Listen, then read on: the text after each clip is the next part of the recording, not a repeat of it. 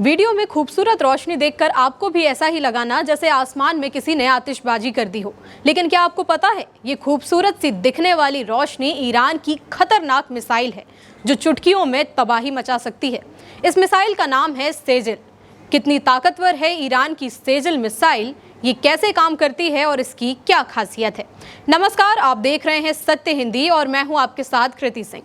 Iran ने दावा किया है कि उसने इसराइल पर सेजल नाम की बैलिस्टिक मिसाइल से हमला किया है। ईरान के भारत स्थित दूतावास ने गार्ड कोर के एक बयान का हवाला देते हुए एक्स पर लिखा कि ऑपरेशन ट्रू प्रॉमिस 3 की 12वीं लहर की शुरुआत हो चुकी है, जिसमें बहुत भारी लंबी दूरी तक मारने वाली सेजल मिसाइल लॉन्च की गई हैं। हालांकि आईडीएफ यानी कि इजरायली रक्षा बलों ने दावा को खारिज कर दिया है और कहा है कि ईरान की सेजल मिसाइल को बीच में ही रोक लिया गया, जिसके टुकड़े गिरने की वजह से एक वाहन को मामूली नुकसान हुआ है। दरअसल सेजल मिसाइल एक बैलिस्टिक मिसाइल है, यानी कि एक लंबी दूरी तक वार करने वाली जमीन से दागी जाने वाली मिसाइल। सेजल को बनाना ईरान ने 1990 के बाद शुरू किया था और ऐसा माना जाता है कि इसे बनाने में चीन और रशिया ने तकनीकी मदद दी थी।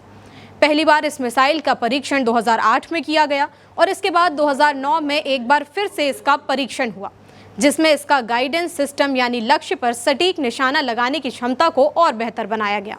2012 तक सेजल मिसाइल के कुल 4 परीक्षण किए गए थे। हर परीक्षण के साथ इसकी ताकत और रेंज में इजाफा किया गया था और इसकी मारक क्षमता को बढ़ाकर लगभग 1900 किलोमीटर तक कर दिया गया, जिसकी वजह से सेजल पूरे पश्चिम एशिया में किसी भी लक्ष्य पर हमला करने में सक्षम बन गई।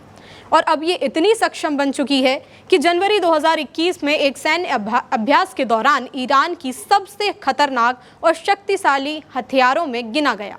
सेजल मिसाइल ठोस ईंधन से चलती है, जिससे इसे बहुत तेज़ी से लॉन्च किया जा सकता है। वहीं जो मिसाइलें तरल ईंधन से चलती हैं, उन्हें तैनात करने में काफ़ी मेहनत और वक्त लगता है।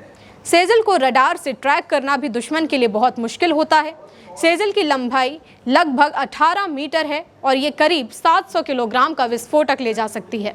इसकी मारक दूरी लगभग 2000 किलोमीटर है, लेकिन कुछ ऐसे भी संस्करण हैं जो 4000 किलोमीटर तक भी दुश्मन को मार गिरा सकते हैं। तेज रफ्तार से उड़ने वाली सेजल मिसाइल महज 7 मिनट के अंदर इसराइल जैसे लक्ष्यों तक पहुंच सकती है।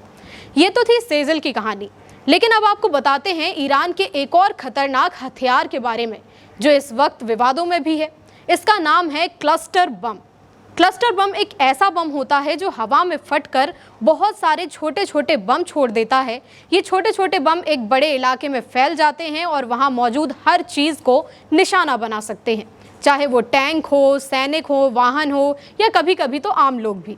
परेशानी की बात तो ये है कि कुछ बम तो तुरंत फट जाते हैं, लेकिन कई फट नहीं पाते और ज़मीन पर पड़े रह जाते हैं। ये बिना फटे बम बाद में किसी के कदम पड़ने या छूने पर फट सकते हैं, जिससे आम लोगों की जान को खतरा बना रहता है। इसी वजह से साल 2008 में 100 से ज़्यादा देशों ने कन्वेंशन ऑन क्लस्टर म्यूनिशंस नाम के एक समझौते पर दस्तखत किए थे। इस समझौते में तय किया गया कि हम क्लस्टर बम ना तो बनाएंगे, ना इस्तेमाल करेंगे और ना ही इन्हें किसी को बेचेंगे या फिर देंगे, और जो बम उनके पास पहले से ही हैं उन्हें भी नष्ट कर देंगे। लेकिन कुछ देश जैसे अमेरिका, रूस और ईरान इस समझौते में शामिल नहीं हुए। वे अब भी इन बमों को बनाते हैं, रखते हैं और ज़रूरत पड़ने पर इस्तेमाल भी करते हैं। 19 जून को ईरान ने जब इसराइल पर मिसाइल हमला किया तो कुछ रिपोर्टों में दावा किया गया कि इन मिसाइलों में क्लस्टर बम लगे हुए थे। इस खबर के बाद दुनिया भर में कड़ी प्रतिक्रियाएं देखने को मिली हैं। संयुक्त राष्ट्र और मानवाधिकार संगठनों ने ऐसे हथियारों के इस्तेमाल की निंदा की है, यानी उन्होंने कहा है कि इनका इस्तेमाल नहीं होना चाहिए। इस घटना के बाद दुनिया में इन बमों पर पूरी तरह से प्रतिबंध लगाने की मांग और तेज हो गई है। हालांकि ये अभी तक साफ नहीं हुआ है कि वाकई क्लस्टर बमों का इस्तेमाल हुआ था या नहीं, लेकिन अगर ऐसा हुआ है तो ये चिंता की बात है। मध्य पूर्व जैसे इलाके में ऐसे हथियारों का इस्तेमाल स्थिति को और भी ज़्यादा गंभीर बना सकता है। इसलिए क्लस्टर बमों का उपयोग सिर्फ सैन्य नहीं, मानवता और अंतर्राष्ट्रीय कानूनों का मुद्दा भी बन जाता है। आपकी जो भी राय हो इस मामले में हमें कमेंट करके ज़रूर बताइएगा। वीडियो अगर पसंद आया हो तो लाइक और शेयर करें और अगर आप चैनल पर नए हैं तो सब्सक्राइब करें। फिलहाल के लिए इतना ही। देश दुनिया की बड़ी खबरों के लिए आप देखते रहिए सत्य Hindi.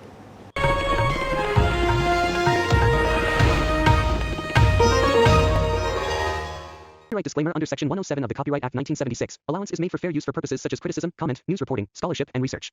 Fair use is a use permitted by copyright statute that might otherwise be infringing.